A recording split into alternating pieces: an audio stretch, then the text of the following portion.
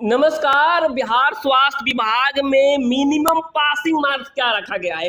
आप एएनएम का फॉर्म भरने वाले हो, जीएनएम का, ड्रेसर का, lab technician, OT assistant, pharmacist, x-ray, ECG या फिर आयुष डॉक्टर या इसके अलावा और भी जो पोस्ट है उन सभी पोस्टों के लिए में हम बात करने वाले इस वीडियो में कि मिनिमम पासिंग मार्क्स कितना होना चाहिए। चाहे आप ओबीसी से हैं या आप यूआर से हैं यानी जनरल कैटेगरी से हैं, आप ईबीसी से हैं, एससी से हैं, एसटी से हैं, महिला है, पुरुष है, दिव्यांग है, सबके बारे में बताएंगे। बिहार से बाहर के हैं तो आपको कितना नंबर लाना पड़ेगा मिनिमम, सभी भर्तियों के लिए हम बात करने वाले हैं इस वीडियो में।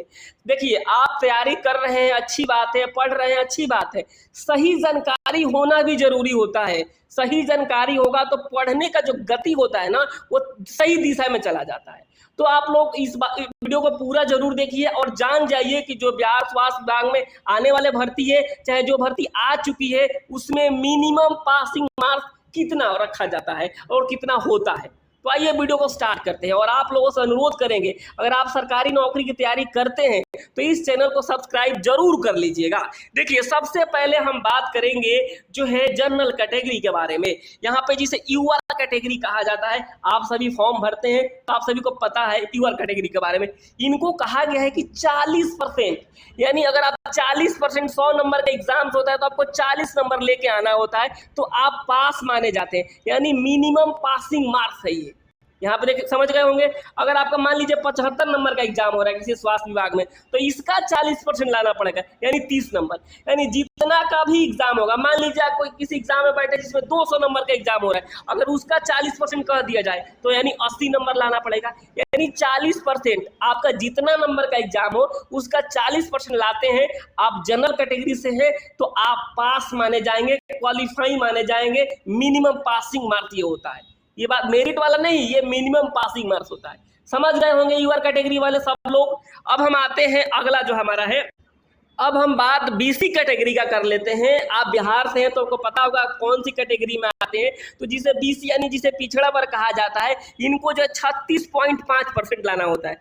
अगर आपका मान लीजिए 100 नंबर का एग्जाम हो रहा है तो आपको 36.5 नंबर लाना होगा। अगर आपका जो एग्जाम से 75 नंबर का हो रहा है तो आपको 27.35 नंबर लेके आना पड़ेगा, तो आप जो है क्वालिफाई माने जाएंगे। ये है बीसी कैटेगरी के लिए। ये सभी पोस्टों के लिए, ऐसा नहीं किसी एक पोस्ट के लिए बता रहा हूं, ये सभी पोस्टों के लिए बिहार गवर्नमेंट में। ये हो गया क्लियर। अब हम आते हैं अगले की तरफ। यहाँ पे जो ईबीसी के लिए जो है, ईबीसी जिसे अत्यंत पिछड़ा वर्ग कहा जाता है, इनको जो 34% रखा गया है। अगर 100 नंबर का एग्जाम हो रहा है तो आपको जो 34 नंबर लेके आना पड़ेगा, तो आप जो है पास माने जाएंगे। ये पुरुषों के लिए जो अभी बता रहा हूं सभी, आपने अभी यूआर को बताया, मैंने बीसी का बताया, ईबीसी का बताया, ये सभी पुरुषों के लिए केवल 34% जो है आप लाते हैं तो आप जो है पास माने जाएंगे, क्वालिफाई माने जाएंगे। 100 नंबर का एग्जाम्स हो रहा है यानी 34 नंबर आपको लाना पड़ेगा। अगर मान लीजिए 75 नंबर का एग्जाम्स हो रहा है तो आपको जो है 75 का 34% यानी 25.5 नंबर अगर लेके आते हैं तो आप क्वालिफाई माने जाएंगे। वीडियो को पूरा देखिएगा, मैं आपको बताऊंगा मेरिट कैसे बनता है। तो आगे बढ़ते, अगला जो हमारा कैटेगरी है एससी, एसटी, दिव्यांग या फिर महिला।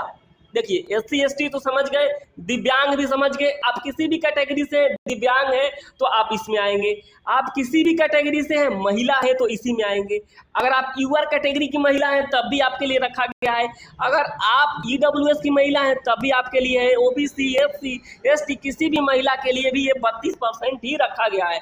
यानी 100 नंबर का एग्जाम होगा तो आपको 32 नंबर लेके आना पड़ेगा, 75 नंबर का एग्जाम होगा तो 24 नंबर लेके आना पड़ेगा, तो आप जो है क्वालिफाई माने जाएंगे।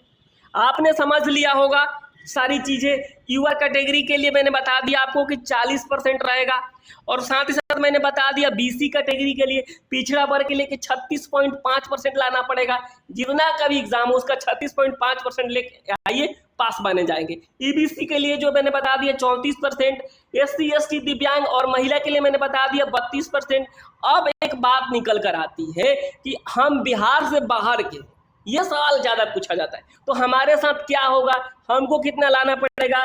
कोई कहता है हम यूपी से हैं और ओबीसी से हैं तो कितना लाना पड़ेगा, हम यूपी से हैं एससी से हैं तो कितना लाना पड़ेगा। इस चीज का सही जवाब है, आप जो है यूपी से हैं, झारखंड से हैं, बंगाल से हैं, कहीं से भी है तो आपको 40% लाना पड़ेगा। आप किसी भी कैटेगरी के हैं, कोई भी आपका जो है कास्ट है, कुछ भी है, तो आपको जो है 40% लाना ही पड़ेगा।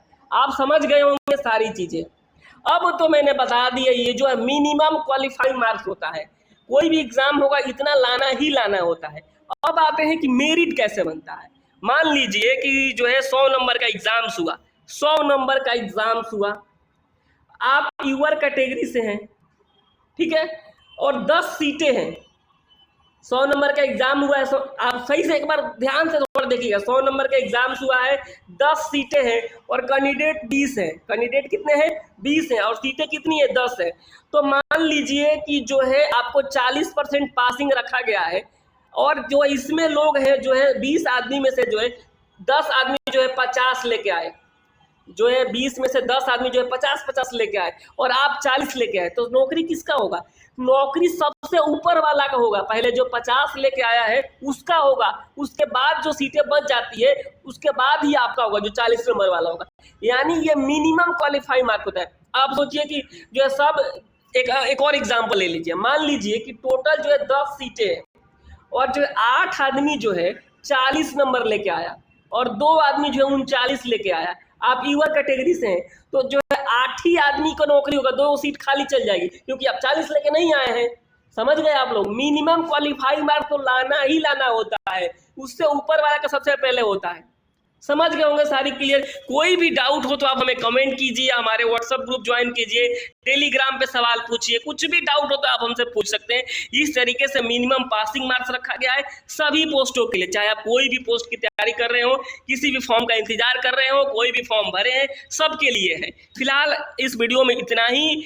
आने वाला जो मेरा वीडियो होने वाला है उसमें बताने वाले हैं सभी कैटेगरी के लिए कौन कौन से डॉक्यूमेंट्स लगेंगे। तो आप हमारे चैनल को सब्सक्राइब करके रखिए, आपको सारी सही जानकारी मिलती रहेगी। नमस्कार, धन्यवाद, और आपसे एक छोटा सा अनुरोध करेंगे कि वीडियो को शेयर जरूर कर दीजिएगा।